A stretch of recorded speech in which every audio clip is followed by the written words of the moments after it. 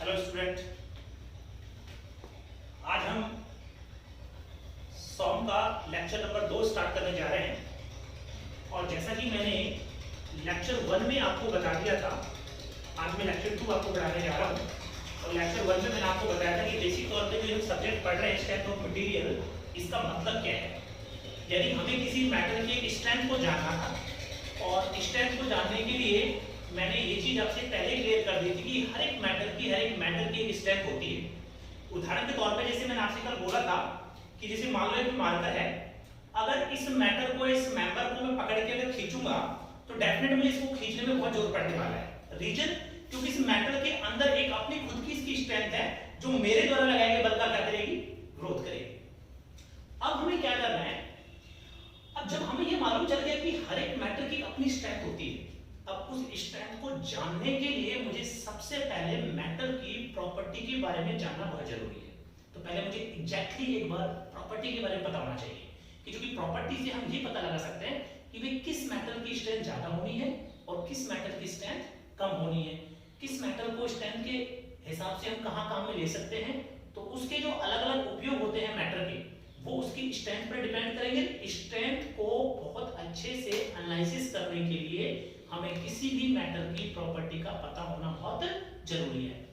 तो सबसे पहले हम बात करते हैं प्रॉपर्टी के बारे में। अब बात यहां पे आती है कि सर ये जो प्रॉपर्टी के बारे में आप बात कर रहे हैं, यानी मैटर के जो गुणधर्म है उस गुणधर्म के बारे में हम बात करेंगे। अब ये जो मैटर की प्रॉपर्टी के बारे में हम जो बात कर रहे हैं, इस प्रॉपर्टी को जब मैं वन बाय वन करके आपके लिए डिस्कस करूंगा, जो कि मैटर की बहुत सारी प्रॉपर्टी होती है। डक्टिलिटी क्या है, इलास्टिसिटी क्या है, प्लास्टिसिटी क्या है, आने वाले समय में एक एक करके सबको क्लियर करूंगा बहुत अच्छे से आपके लिए, निश्चित रहेगा। तो प्रॉपर्टीज में जाने से पहले हम कुछ डेफिनेशन है बेसिक तौर पे स्ट्रेंथ ऑफ मटेरियल की, एक बार उनको मैं आपको बताना चाहूंगा। उसमें से सबसे पहले मेरे पास एक बेसिक सा शब्द आता है, दैट इज द स्ट्रेस। ये स्ट्रेस क्या है, इसको आप हिंदी में बोलते हैं प्रतिबल। क्या बोलेंगे भाई, प्रतिबल। इसको हिंदी में बोलते हैं प्रतिबल। क्या मतलब होता है इसका, ये जानना जरूरी है, क्योंकि जब एक बेसिक शब्द हम क्लियर कर लेंगे, एक बार बेसिक वर्ड जो है ये क्लियर कर लेंगे, तो मुझे प्रॉपर्टी को पढ़ने में बहुत आसानी हो जाएगी। तो फिर प्रॉपर्टी के बारे में एक एक करके आपको मैं बताऊंगा। तो उससे पहले कुछ चीजें को सिर्फ समझिए। अब मान लो आपके पास एक ही मेंबर है, ये कल भी मैं आपसे बार बार कह रहा था, मेंबर मतलब कोई भी एक टुकड़ा हो सकता है, कंक्रीट का बना हुआ, आयरन का बना हुआ, किसी का भी हो सकता है। कोई मेरे पास एक सिंपल टुकड़ा है। अब मैंने क्या किया, इस मेंबर पे एक दोनों तरफ एक लोड लगाया इस तरह से, यानी एक फोर्स लगा के इसको मैंने दोनों तरफ से इस तरह से पकड़ के खींचा। अब ध्यान से सुनना, मैं यहीं पे लिखता जाऊंगा, यदि किसी बॉडी के ऊपर लगने वाला बल या फोर्स बाहर की तरफ है, यानी इसको खींचने का प्रयास कर रहा है, ऐसे फोर्स को हम बोलते हैं टेंसाइल फोर्स। क्या बोलेंगे, टेंसाइल फोर्स, या इसको हिंदी में हम बोलते हैं तनावीय बल। क्या बोलेंगे, तनावीय बल।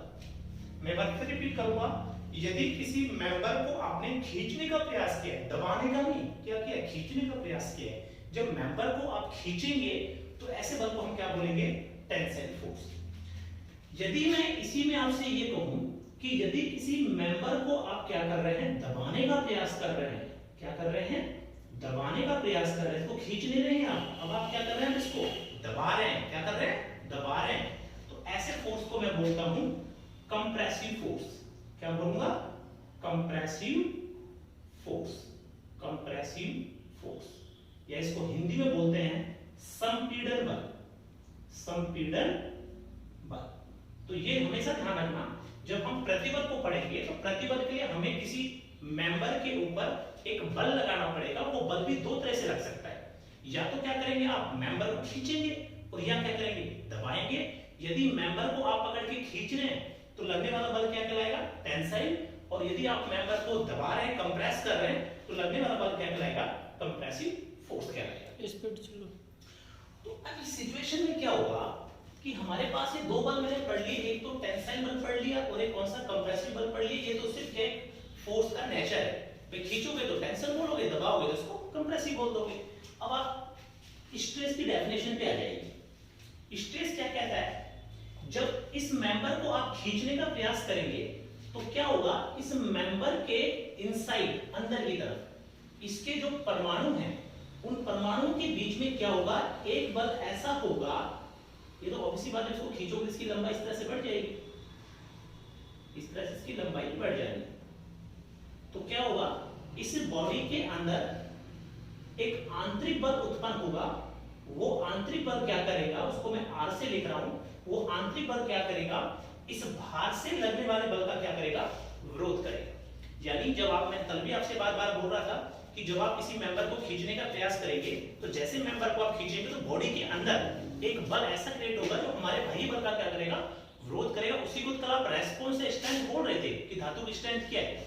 अब अंदर अगर लगने वाला ये वाला जो अंदर आंतरिक बल है, अगर ये बहुत ज्यादा है तो डेफिनेट उसकी बात है कि बॉडी मजबूत होगी।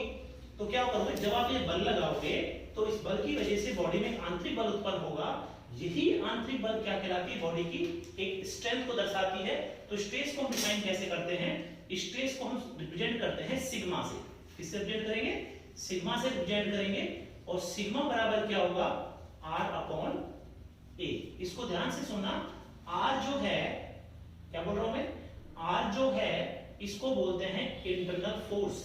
क्या बोलेंगे, इंटरनल फोर्स, या इसको हम बोल सकते हैं आंतरिक बल, आंतरिक बल। और जो A है इसको हम बोलते हैं cross section area, cross section area, यानी अनुप्रस्थ काट का क्षेत्रफल, अनुप्रस्थ काट का क्षेत्रफल। ये सिचुएशन हमारे सामने है।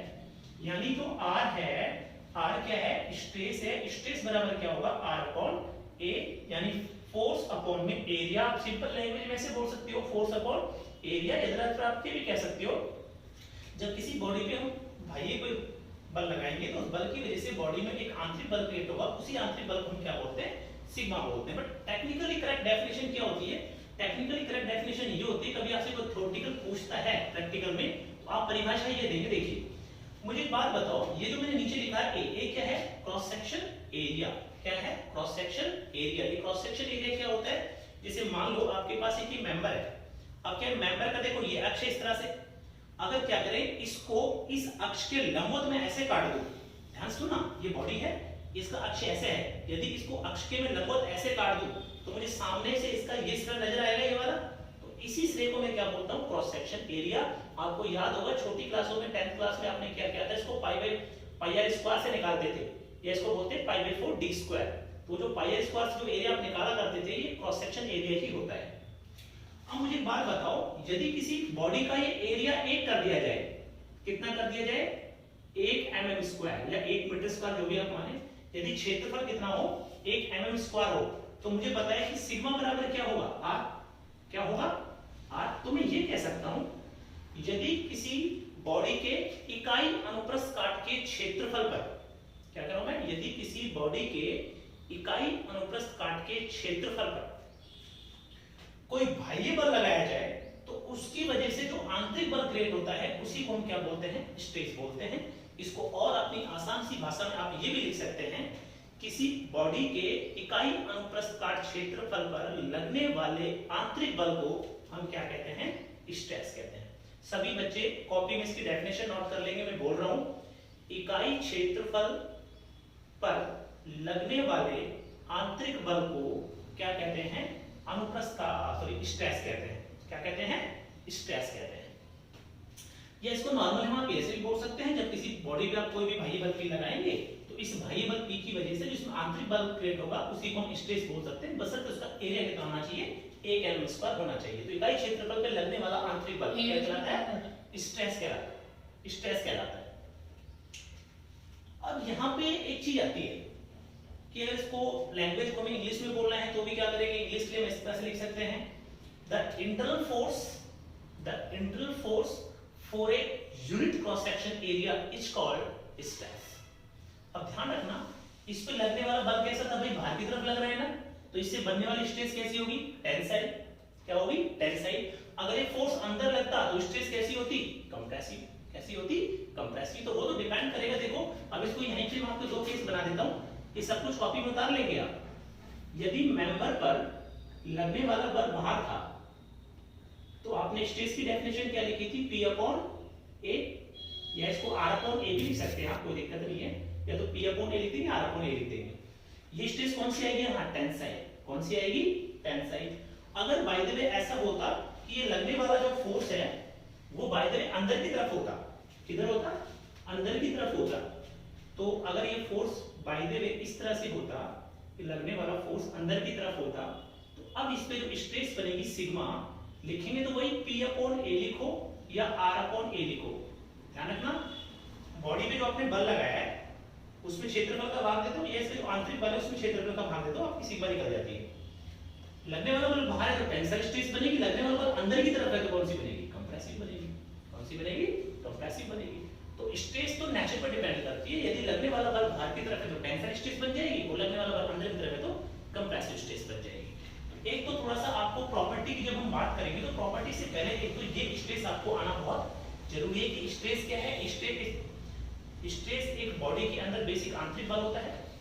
जब इसको हम टेक्निकली परिभाषित करते हैं तो हम यही बोलते हैं इकाई अनुप्रस्थ काट के क्षेत्रफल पर लगने वाला आंतरिक बल क्या कहलाता है, स्ट्रेस कहलाता है। स्ट्रेस दो टाइप की हो सकती है, या तो टेंसाइल या कंप्रेसिव। टेंसाइल कब होगी, जब लगने वाला बल बाहर की तरफ होगा, और कंप्रेसिव कब होगी, जब लगने वाला बल अंदर की तरफ होगा। ध्यान रखना दोनों की डेफिनेशन तो यही है, P अपॉन ए या R अपॉन ए, यहां भी P अपॉन ए R अपॉन ए लिखेंगे तो यही, लेकिन नेचुरल है, बल बाहर तो टेंसाइल, बल अंदर तो कंप्रेसिव। अब यहां पे एक बात नोट करने वाली है, अब इसको ध्यान से देखना। जब आपने एक मेंबर पे दोनों तरफ बल लगाया तो यहां पे अगली डेफिनेशन में स्ट्रेन के लिए क्या कहना चाहता हूं, स्ट्रेन, इसको हिंदी में बोलते हैं विकृति, विकृति, और इसको नोट करेंगे हम स्मॉल ई से, किससे, स्मॉल ई से।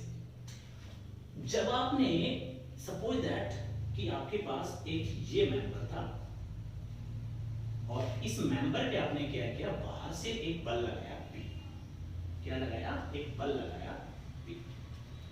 ध्यान से सुनना, जब आप इस मेंबर पे बाहर से बल P लगा रहे थे तो क्या होगा, इसमें होगा क्या, देखो एक तो कंफर्म है कि इसमें आप बाहर से बल P लगाओगे तो बॉडी के अंदर आंतरिक बल आएगा, क्या आएगा, आंतरिक बल आएगा, इंटरनल फोर्स आएगी, ठीक है। साथ साथ इसमें एक बात नोट करने वाली और है कि जब आप इसमें बाहर से बल लगा रहे थे, इस तरह से खींच रहे थे, तो इसकी डायमेंशन चेंज हो रही है, क्या हो रही है, डायमेंशन चेंज हो रही है। डायमेंशन का मतलब इसकी लंबाई, इसकी चौड़ाई, इसकी मोटाई वो बदल रही है, तीनों के तीनों बदल रही है। अब इसका मतलब जब आप इसको खींचने का प्रयास करेंगे तो इसकी डायमेंशन चेंज हो रही है। तो हमेशा ध्यान रखना, ये चीज मैं आपको अभी बता रहा हूं, पूरी सॉम में आपके आने वाले समय में काम आएगी, साल भर कॉन्सेप्ट चलता रहेगा। किसी बॉडी पर जब भी आप कोई फोर्स लगाएंगे, यदि उस फोर्स की वजह से उसकी डायमेंशन में कोई बदलाव आता है, क्या होता है, उसकी डायमेंशन में कोई भी बदलाव आता है, डायमेंशन बदलाव का मतलब उसकी लंबाई, उसकी चौड़ाई या उसकी मोटाई, मतलब कोई भी बदलाव आता है, तो वहां पे एक हम डेफिनेशन क्रिएट करते हैं, जिस डेफिनेशन का नाम क्या है, स्ट्रेन।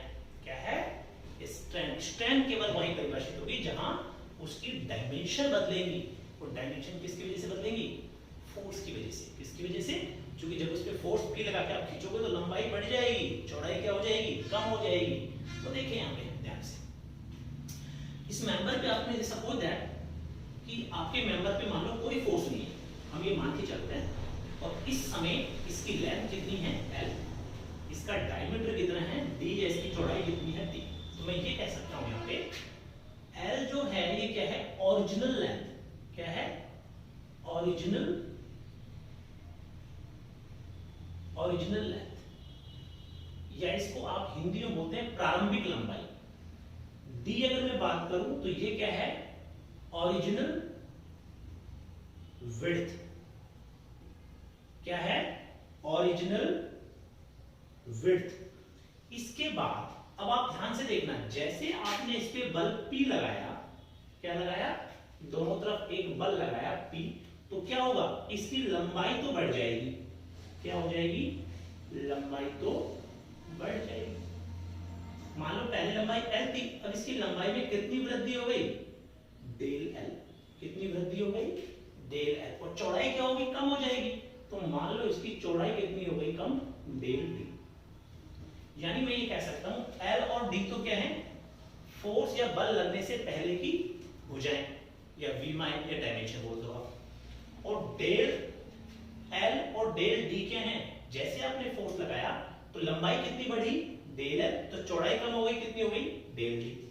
तो ध्यान रखना स्ट्रैंड को हम क्या करते हैं, स्ट्रैंड को परिभाषित करते हैं, स्ट्रैंड या विकृति P बराबर होता है चेंज इन डायमेंशन बटे में ओरिजिनल डायमेंशन। इसको मैं हिंदी में भी आपको बोलता हूं, हिंदी में ये होता है प्रारंभिक विमाएं, क्या, प्रारंभिक विमाएं बटे में, परिवर्तित विमाएं बटे में प्रारंभिक विमाएं। यानी आप इसको बजाय हिंदी के तो बेहतर होगा कि इसको इसी में याद रखना, क्योंकि ये फॉर्म है तो थोड़ा सा आगे इसकी लैंग्वेज में अगर पढ़ेंगे तो ज्यादा बेहतर होगा। देखो स्ट्रैंड क्या होता है, चेंज बटे ओरिजिनल। क्या होता है, चेंज बटे ओरिजिनल। फिर एक बार रिपीट कर रहा हूं, स्ट्रैंड क्या होता है, चेंज बटे ओरिजिनल। चेंज का मतलब आपने जब इस पे फोर्स लगाया था तो कितनी भुजाएं उसकी चेंज उसको तो ऊपर ले लेंगे। ओरिजिनल का मतलब था कि वो पहले से कितनी थी, जब आपने उस पे कोई भी बल नहीं लगाया था उसे पहले से कितनी थी। अब देखो स्ट्रैंड, या तो मैं स्ट्रैंड ये लिख सकता हूं, ध्यान से सुनना आप सभी, या तो मैं स्ट्रैंड क्या लिख सकता हूं, या तो मैं स्ट्रैंड लिखूंगा E बराबर चेंज। चेंज कहां हुआ है, ध्यान से नोट करो, चेंज दो चीजों में हुआ है, एक तो लंबाई में और एक चौड़ाई में। अब स्ट्रैंड की डेफिनेशन ये है चेंज बटे ओरिजिनल। भाई जो चेंज हुआ है उसको ऊपर ले लो और ओरिजिनल का क्या करो, भाग। ओरिजिनल का मतलब है चेंज से पहले कितना था उसका भाग दे दो। अब यहाँ पे दिक्कत ये है कि सर यहाँ पे तो दो भुजाएं चेंज हुई, क्या दोनों को स्ट्रैंड बोलोगे क्या? तो यहाँ पे क्या क्या एक्चुअल में होंगी तो ये दोनों ही स्ट्रैंड, बट दोनों का नाम अलग दे दिया। ध्यान से नोट करना, एक भुजा तो वो बदली है जो भार के साथ बदली है और एक भार के लंबवत बदली है। तो ध्यान से देखना, ये जो डेल एल है आपका बल ऐसे तो लग रहा था इस तरह से, तो ये इधर ही बदली है इस तरह से डेल डेल। तो एक तो भार की दिशा में बदली है और जो डेल डी है वो ऐसे बदली है, तो वो भार के क्या है, लंबवत है, परपेंडिकुलर है। यानी कहने का मतलब मेरा ये हो गया, जब किसी बॉडी पे आप कोई फोर्स लगाओगे उस फोर्स की वजह से जो उसकी भुजाओं में बदलाव होगा, एक भुजा तो वो होगी जो भार के साथ बदलेगी और एक भुजा आपकी वो होगी, एक डायमेंशन वो होगी जो उसके परपेंडिकुलर होगी, लंबवत होगी। तो ध्यान से सुनना, जो भुजा भार की दिशा के साथ बदली है उसमें जो स्ट्रैंड आती है उसको बोलते हैं लीनियर स्ट्रैंड। क्या बोलेंगे, लीनियर स्ट्रैंड। इसका एक नाम और भी है लॉन्गिट्यूडिनल स्ट्रैंड। इसको दोनों नाम से ही बुलाते हैं। हिंदी वाले बच्चों के लिए मैं बता दूं, इसको या तो बोलेंगे आप रेखीय विकृति, क्या बोलेंगे, रेखीय विकृति, या इसको बोलेंगे अनुदैर्घ्य विकृति। बात एक ही है, हिंदी के शब्दों पे कम से कम ध्यान दो। ये मुश्किल से 2 4 5 क्लास की बात है, उसके बाद ये सारे वर्ड आपके फ्लो में आ जाएंगे, फिर आपको दिक्कत नहीं आने वाली। तो स्ट्रैंड की बात कर रहा हूं, स्ट्रैंड का बेसिक मतलब क्या बताया था मैंने, चेंज बटे ओरिजिनल। अब किसका चेंज ले रहे हैं, अगर चेंज आप भार की दिशा में ले रहे हो तो लीनियर, और भार के लंबवत ले रहे हो तो एक स्ट्रैंड और बनेगी। फिर तो यहां देखो लीनियर लेना, लीनियर का मतलब हो जाएगा, अब आपको यहाँ पे देखो चेंज बटे ओरिजिनल, तो चेंज वो लेना है भार की दिशा में, तो भार की दिशा में कितना है, डेल एल, और ओरिजिनल पहले से कितना था, ये एल। ये स्ट्रैंड, देखो स्ट्रैंड कहीं भी निकालो आप, स्ट्रैंड कहीं भी निकालो, हर बार डेफिनेशन यही बनेगी, चेंज बटे ओरिजिनल। क्या बनेगी, चेंज बटे ओरिजिनल। चेंज का मतलब ये हो जाएगा कि जब आपने भार लगाया था तो उसमें क्या बदला उसको ऊपर ले लो, और ओरिजिनल मतलब वो पहले से कितना था उसको नीचे ले लो। अब दिक्कत ये कि एक बॉडी में तो कई भुजाएं बदल सकती हैं, अगर भार की दिशा में बदली है तो स्ट्रैंड क्या कहलाएगी, लीनियर। और अगर बाय द वे ये लंबवत की मैं बात करता, क्या करता मैं, लंबवत की मैं बात करता, तो लंबवत यही तो है, तो उस स्ट्रैंड को मैं बोलता हूं लैटरल स्ट्रैंड। क्या बोलूंगा, लैटरल स्ट्रैंड। यानी हिंदी में इसको बोलते हैं पार्श्व विकृति, पार्श्व विकृति, इसको बोलेंगे पार्श्व विकृति। अब इसको भी हम ई से लिखेंगे, तो ये क्या होगा, डेल डी अपॉन डी। क्या होगा, डेल डी अपॉन डी। देखो डेफिनेशन तो चेंज बटे ओरिजिनल। अब चेंज कौन सा लेंगे, जो भार के लंबवत हुआ है, तो भार के लंबवत चेंज कौन सा हुआ है, डेल डी। तो डेल डी, ओरिजिनल कितना है, डी, तो डेल डी अपॉन डी। यानी यहाँ पे हमारे सामने क्या ऑप्शंस आ गए, ऑप्शंस ये आ गए। मैं एक मिनट के लिए फिर आपको एक बार रिपीट करना चाहूंगा कि जब आपने किसी मेंबर पे कोई फोर्स लगाया तो इस फोर्स की वजह से मेंबर में एक अंदर बल क्रिएट हुआ, जो हमारे बल का क्या कर रहा था, विरोध कर रहा था। उसकी वजह से इसमें क्या गई है, स्ट्रेस आ गई। क्या गई, स्ट्रेस आ गई। तो स्ट्रेस को आपने किससे लिखा था, सिग्मा से। किससे लिखा था, सिग्मा से, जिसको सिग्मा बराबर क्या लिखा था आपने, P अपॉन ए। क्या लिखा था, P अपॉन ए। फिर हमारे सामने ये भी आया कि जब आपने इसमें फोर्स P लगाया था तो इस फोर्स P की वजह से इसकी डायमेंशन बदली, इसकी जो भुजाई थी उनमें बदलाव आ गया। कोई तो बढ़ गई, कोई कम हो गई। तो जब इसको मैं खींच रहा था तो लंबाई बढ़ी थी और चौड़ाई इसकी कम हुई थी। तो जहां भी कोई विमाओं में या भुजा में बदलाव आता है तो विमा में, भुजा में जहां भी बदलाव आपके सामने आ जाए वहां हमेशा ध्यान रखना एक सब डिफाइन होता है, उसको हम बोलते हैं स्ट्रैंड। क्या बोलते हैं, स्ट्रैंड। ये स्ट्रैंड केवल उसी कंडीशन में डिफाइन होता है जहां पे कुछ बदलाव हो। तो स्ट्रैंड होता है चेंज बटे ओरिजिनल। क्या होता है, चेंज बटे ओरिजिनल। चेंज का मतलब कितना बदलाव आया, किसमें, लंबाई में, चौड़ाई में, मोटाई में, आयतन में, किसी में भी बदलाव हो सकता है। वो चेंज आपको ऊपर रखना है और उसकी ओरिजिनल का क्या देना है, बाहर दे देना है। अब यहाँ पे हमें एक चीज क्लियर करनी है कि चेंज सर लंबाई का लेना है या चौड़ाई का लेना है। यदि आप बाहर की दिशा में चेंज ले रहे हो तो स्ट्रैंड क्या कहलाएगी, लीनियर। तो डेफिनेशन तो वही है, चेंज बटे ओरिजिनल। बट ये बाहर की दिशा में लिया आपने तो इसलिए डेल एल अपॉन एल। यदि आप लंबवत में ले रहे हो तो लंबवत में कौन था, डेल डी, तो डेल डी अपॉन डी। तो देखो चेंज बटे ओरिजिनल ही है, ये भी चेंज बटे ओरिजिनल है, लेकिन ये बाहर की दिशा में है, ये बाहर के लंबवत है। तो बाहर की जो परपेंडिकुलर है, लंबवत है, उसको बोलेंगे लैटरल स्ट्रैंड, और जो बाहर की दिशा में उसको क्या बोलेंगे, लीनियर स्ट्रैंड। यहाँ पे हमने स्ट्रैंड को क्लियर कर लिया है, स्ट्रेस को क्लियर कर लिया है। स्ट्रेस क्या थी, इकाई अनुप्रस्थ काट के क्षेत्रफल पर लगने वाला आंतरिक बल क्या कहलाता है, स्ट्रेस कहलाता है। स्ट्रैंड क्या था, सिंपल से शब्दों में बोलो, स्ट्रैंड क्या था, चेंज बटे ओरिजिनल। क्या था, चेंज बटे ओरिजिनल। किसका चेंज, या तो लंबाई का या चौड़ाई का। लंबाई किधर थी, बाहर की दिशा में। अगर बाहर की दिशा में लेंगे तो लीनियर स्ट्रैंड और लंबवत दिशा में लेंगे तो लैटरल स्ट्रैंड। अब यहां पे सुनो,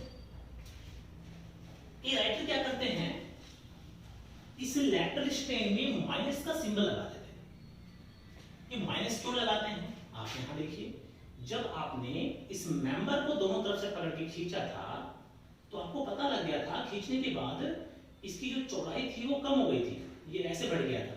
तो चौड़ाई जो थी ना कम हो रही थी, क्या हो रही थी, लंबाई बढ़ रही थी। तो इसकी चौड़ाई के कम होने की वजह से जैसे जैसे आप बाहर बढ़ाते जाओगे चौड़ाई लगातार क्या होगी, कम हो जाएगी। तो इसलिए हम इसमें क्या करें, माइनस लगा दिया। यहाँ पे माइनस ये दर्शाता है कि बाहर के लंबवत वाली जो दिशा है वो लगातार क्या होगी, कम होगी। इसलिए आपने इसमें क्या किया, माइनस लगा दिया। अब सुनिए, तो वर्बली थोड़ा सा अगर हम ये देखें कि हमने पढ़ा क्या है, पढ़ा ये है कि अभी हम बेसिक तौर पे हम बात तो प्रॉपर्टी की कर रहे हैं, लेकिन प्रॉपर्टी पे जाने से पहले कुछ बेसिक चीजें हैं वो हमें पढ़ लेनी चाहिए। जैसे स्ट्रेस क्या था, तो मैंने जस्ट अभी आपको बता ही दिया था। स्ट्रेस को मैंने लिखा था सिग्मा बराबर में P अपॉन A या R अपॉन A। या इसका सिंबल जवाब था कि इकाई अनुप्रस्थ काट के क्षेत्रफल पर लगने वाला आंतरिक बल। फिर मैंने देखा कि इस मेंबर पे जो आप भार P लगा रहे थे, इस भार P की वजह से इसकी भुजाओं में बदलाव हो रहा था। तो भुजाओं में बदलाव होने की वजह से क्या हुआ, इसमें स्ट्रेन आ गई। क्या आ गई, स्ट्रेन। अब ये जो स्ट्रेन थी इसको मैंने क्या लिखा था, चेंज बटे ओरिजिनल। चेंज बटे ओरिजिनल, अभी जस्ट मैं पहले बता ही चुका, इसको थोड़ा सा रिवाइज कर देता हूं। चेंज बटे ओरिजिनल। अब चेंज दो हो सकते हैं, या तो लंबाई में या चौड़ाई में। तो उसके आधार पर स्ट्रेन कितने टाइप की हो गई, दो टाइप की। या तो होगी लीनियर, क्या होगी, लीनियर स्ट्रेन, और या क्या होगी, लैटरल। क्या होगी, लैटरल स्ट्रेन। तो लीनियर को हिंदी में रेखीय बोलेंगे, इसको पार्श्व विकृति बोलेंगे। तो ये तो क्या होगी, डेल एल अपॉन एल, और ये क्या होगी, डेल डी अपॉन डी। इसमें माइनस हम लगा देते हैं, ये हमने पढ़ लिया। यानी मेंबर पे आपने P फोर्स लगाया, इस P फोर्स की वजह से इस मेंबर में दो घटनाएं घटी, एक तो स्ट्रेस आया और एक स्ट्रेन आया। तो क्या हुआ, इस स्ट्रेस और स्ट्रेन जो एक फोर्स P की वजह से आ रही थी, तो आगे आपको पता है किसी भी सब्जेक्ट को जब एप्लीकेशन के लिए हम सोचते हैं, कहीं यूज करने के लिए सोचते हैं, उसकी एफिशिएंसी हमें बढ़ानी होती है, तो हम क्या करते हैं, उसके बीच में आपस में इंटरलेशन बनाते हैं। क्या बनाते हैं, इंटरलेशन बनाते हैं। क्योंकि जितना भी आपने पढ़ा है इनके बीच में आप ऐसे कुछ रिलेशन बना दीजिएगा। रिलेशन बनने से क्या होता है कि एक तो सब्जेक्ट की एफिशिएंसी इंक्रीज होती है और हमारे कई सारे फॉर्मूले हमारे सामने आ जाते हैं जिससे हम उसमें कई सारे बदलाव कर सकते हैं। तो ऐसे क्या हुआ, ये जो दो परिभाषा आपने पढ़ी है स्ट्रेस और स्ट्रेन, इनमें भी आपस में क्या किया, इनमें भी आपस में क्या किया, संबंध बना दिया। क्या बना दिया, संबंध बना दिया। तो ये जो आपने अभी स्ट्रेन पढ़ी थी दो, इन स्ट्रेंस में आपस में संबंध बताया गया, उस संबंध को हम बोलते हैं पॉइजन रेशियो। क्या बोलते हैं, पॉइजन रेशियो। ये भी आपको एक बड़ी इंपॉर्टेंट डेफिनेशन है और मैं सभी बच्चों से चाहूंगा इसको इंपॉर्टेंट मार्क कर ले। ये पेपर में डेफिनेशन बहुत बार पूछी गई है आपके 2 मार्क्स के लिए। तो पॉइजन रेशियो, हिंदी में इसको पॉइजन ही बोलेंगे, ध्यान रखना, पॉइजन अनुपात, इसको हिंदी में भी यही बोलेंगे, पॉइजन अनुपात। क्या है ये सुनो, अभी जस्ट आप कर ही रहे थे, ध्यान से सुनना।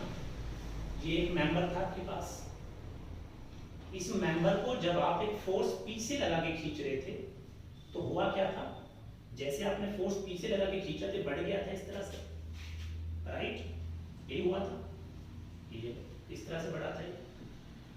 तो इसकी लंबाई में क्या हुई थी, वृद्धि। तो मान लो लंबाई कितनी बढ़ गई इसकी, डेल है, और उसकी चौड़ाई में क्या हुई थी, कमी।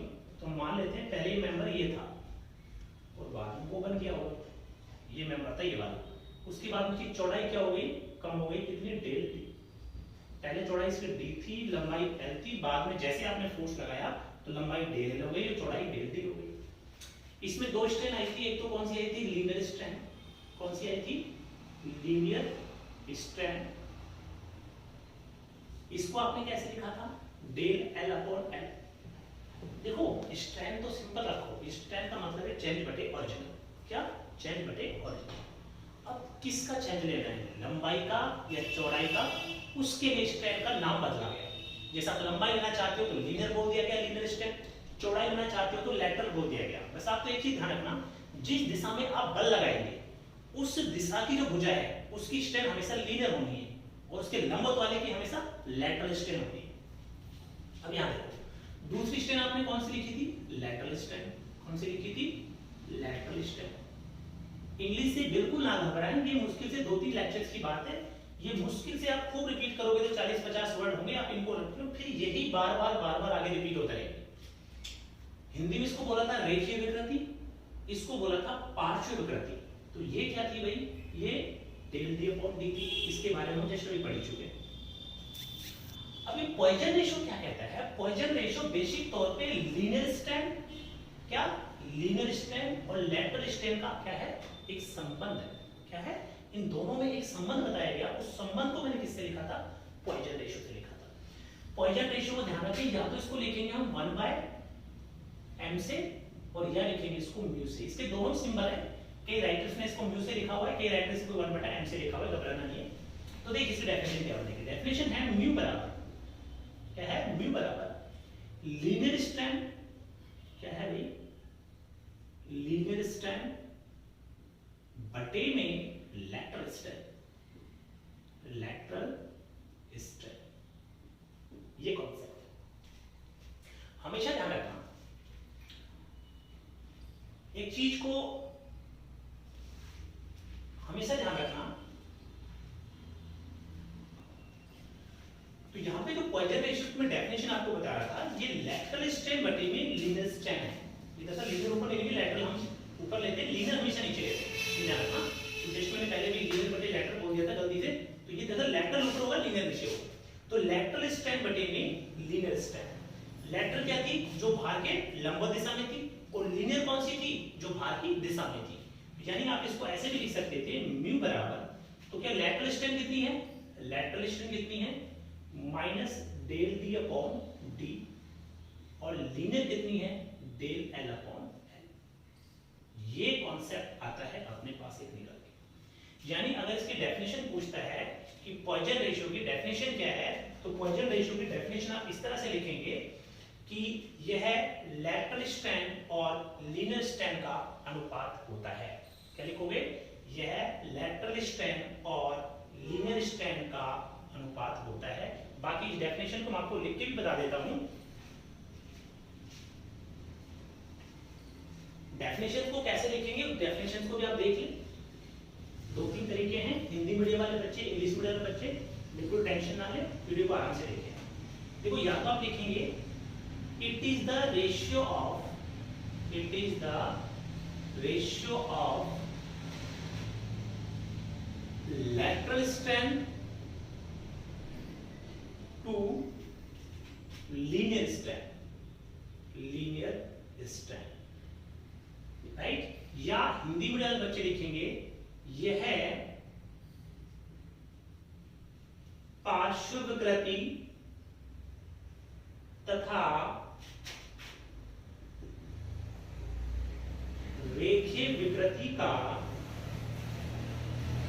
अनुपात होता है,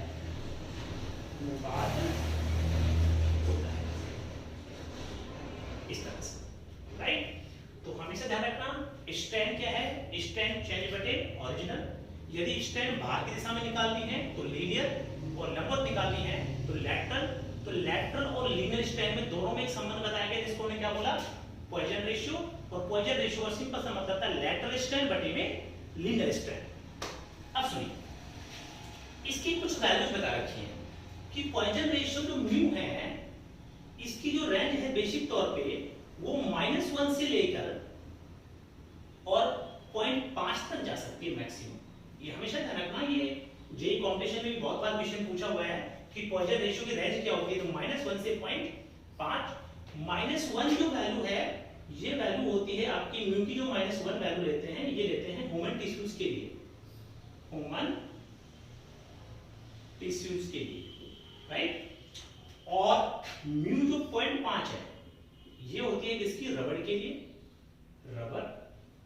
ऐसे कुछ मैं और वैल्यू आपको बता रहा हूं, जैसे 0 होती है कॉर्क के लिए, कॉर्क। ऐसे कुछ और वैल्यूज मैं आपको बता सकता हूं, आप चाहें तो इसको ऊपर लिख लें थोड़ा सा, कि म्यू की वैल्यू 0 जो है किसके लिए है, कॉर्क के लिए, राइट। और ऐसे म्यू की वैल्यू 0.10 से 0.20 ये लेते हैं किसके लिए, कंक्रीट के लिए, किसके लिए, कंक्रीट के लिए। वैसे ही म्यू की वैल्यू अगर हम देखें तो 0.23 से 0.35 तक हम लेते हैं माइल्ड स्टील के लिए, किसके लिए, माइल्ड स्टील। ये ध्यान रखना, माइल्ड स्टील मतलब सरिया, बड़ा इंपॉर्टेंट है ये, क्योंकि बिल्डिंग कंस्ट्रक्शन में सबसे ज्यादा यूज किसका होता है, माइल्ड स्टील का होता है। क्यों होता है, क्या वजह है, वो भी हम आगे डिस्कस करेंगे। फिलहाल जितना आपको पढ़ाया जा रहा है सिर्फ उसी बात के ऊपर फोकस करें। आज सबसे इंपॉर्टेंट चीज जो मैंने थी प्रॉपर्टी के बारे में डिस्कस करने वाला था आपसे। प्रॉपर्टी के लिए मुझे कुछ सॉम के बेसिक जो डेफिनेशन है उनके बारे में पढ़ना बहुत जरूरी था, जैसे स्ट्रेस हो गई, स्ट्रेन हो गई, पॉइजन रेशियो हो गया, इनके बारे में मुझे जानना बहुत जरूरी था। जब मैं इनके बारे में जान लूंगा, आज का जितना भी मैटर मैंने पढ़ाया है सारा कॉपी में नोट कर लिया, राइट। क्योंकि ये एक पॉइजन रेशियो की डेफिनेशन पेपर में आ सकती है बस, बाकी ना तो स्ट्रेस पूछी जाएगी ना स्ट्रेन पूछी जाएगी, लेकिन इसके बिना कुछ है भी नहीं, क्योंकि पूरी सॉन्ग में जब आप पढ़ोगे तो आगे स्ट्रेस के अलग अलग रूप आएंगे अब आपके सामने। तो स्ट्रेस आपने पढ़ ली थी, स्ट्रेस क्या था, इकाई क्षेत्रफल पर आंतरिक बल, राइट। स्ट्रेन आपने पढ़ी, स्ट्रेन कब आएगा, जब किसी मेंबर की भुजा बदलेगी तो क्या आएगी, स्ट्रेन आएगी। स्ट्रेन दो टाइप की हो सकती है, या तो लीनियर या लैटरल। तो लीनियर किधर होगी, बाहर की दिशा में, लैटरल किधर होगी, लंबवत दिशा में। स्ट्रेन का बेसिक मतलब क्या है, चेंज बटे ओरिजिनल। अब चेंज किसका लेना है, अगर लंबाई का लेना है तो चेंज इन लेंथ बटे ओरिजिनल लेंथ, चौड़ाई का लेना है चेंज इन विड्थ बटे में ओरिजिनल विड्थ, राइट। फिर दोनों स्ट्रेन को मिलाकर के आपस में क्या बना देगा, पॉइजन रेशियो। क्या बना देगा, पॉइजन रेशियो। पॉइजन रेशियो आपने क्या लिखा, लैटरल स्ट्रेन ऊपर, लैटरल ये तो थी, और लीनियर कहां ली थी आपने, नीचे, ये बन गया। अब इस पॉइजन रेशियो की अलग अलग वैल्यूज हो सकती हैं, जैसे रेंज तो होती है -1 से 0.5 तक। -1 इसकी किसकी होती है, ह्यूमन टिश्यू, जो मानव टिश्यूज होते हैं उनकी वैल्यू कितनी होती है इसमें -1, और मैक्सिमम वैल्यू कितनी हो सकती है इसकी 0.5, किसकी होती है, वो रबड़ की। ये हमेशा ध्यान रखना, ये क्वेश्चन भी एसएससी जेईई में बहुत बार पूछा गया है कि मैक्सिमम वैल्यू पॉइजन रेशियो की कितनी होती है, किसकी होती है, तो मैक्सिमम वैल्यू होती है 0.5 पॉइजन रेशियो की, और किसकी होती है, रबड़ की। साथ साथ कुछ और मैंने आपको बता दिया है, जैसे 0 होती है कॉर्क के लिए, और वैसे ही 0.10 से 0.20 होती है कंक्रीट के लिए, और माइल्ड स्टील की होती है 0.23 से 0.35। तो आज के लेक्चर के लिए सिर्फ इतना ही मैं आपको बताना चाहूंगा। इसे आप लेक्चर को अच्छे से रिवाइज कर लीजिएगा, एक बार नहीं, दो बार नहीं, बार बार देखो। ये 3 डेफिनेशन आज आपको बता के जा रहा हूँ। स्ट्रेस क्या थी आपको बता दिया, स्ट्रेन क्या थी आपको बता दिया, इन दोनों से मिला के फिर मैंने क्या बना दी, स्ट्रेन पॉइजन रेशियो बना दिया। पॉइजन रेशियो की डेफिनेशन आपको क्लियर कर दी, लैटरल स्ट्रेन बटे लीनियर स्ट्रेन। तो इन का ध्यान रखें, बस वीडियो को रखें। कोई भी कमेंट्स अगर आपका हो, कोई भी चीज आपको पूछनी हो तो प्लीज हमें ऐप के थ्रू अपने कमेंट्स करें, ताकि इस डेफिनेशंस में अगर आपको किसी बच्चे को प्रॉब्लम है तो मैं आपको क्लियर कर सकूं। नेक्स्ट लेक्चर में इन्हीं से रिलेटेड कुछ मैं और पढ़ाऊंगा आगे।